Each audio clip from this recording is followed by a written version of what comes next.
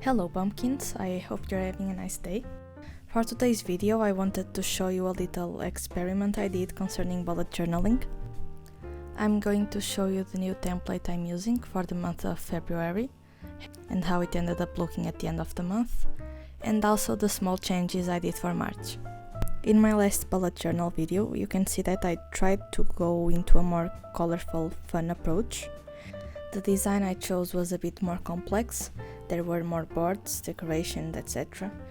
So I could say that it was more emotionally consuming. And what I mean by this is that it required more time and effort to get the boards ready, in the attempt of making me feel more motivated when I saw it done and while I used it throughout the month, because if it was more colorful and fun, it was supposed to put me in a better mood.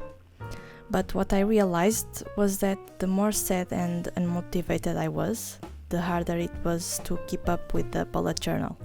So my conclusion there was that the bullet journal could never work as a crutch to my bad days. It should be a place for me to express my daily emotions, not a place where I was told how I should be feeling. And somehow putting this into words sounds overly dramatic, but I think you get what I meant.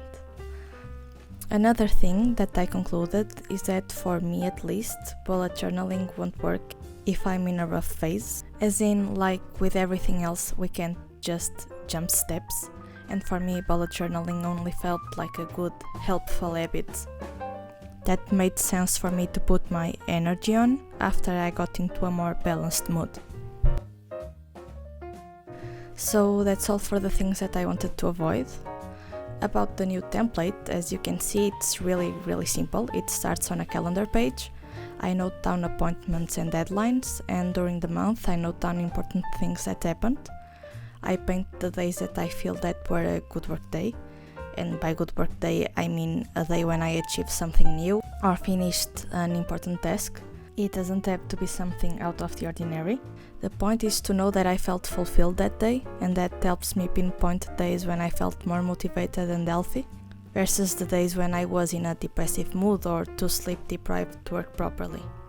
In the long run, I want to get to understand if there's a relation between my cycle and my productivity, so for that I created a symbol to know when I was on my period.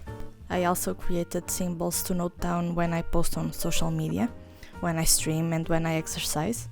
In the next page I recreated my social media boards to track my growth on those, and on the bottom of the page I wrote down a to-do list of things that are important to get done at some point, but that don't necessarily need to be done on a specific day, or that are not exclusive for a specific day.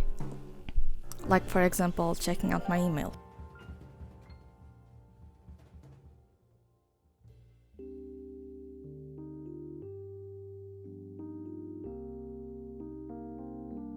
On the next page I left some space to write down anything that I found important, but not relevant enough to put on the calendar page, like finding a cool series, having an argument with someone, or simply to note down ideas. And on the last page I made my money tracker, where I note down everything concerning expenses and earnings. I guess that's all. It's a really basic template, but there's space for a bit of everything. And more importantly, it fills the role that I wanted from it, and it's way more impactful to see my achievements noted down in this grayer board.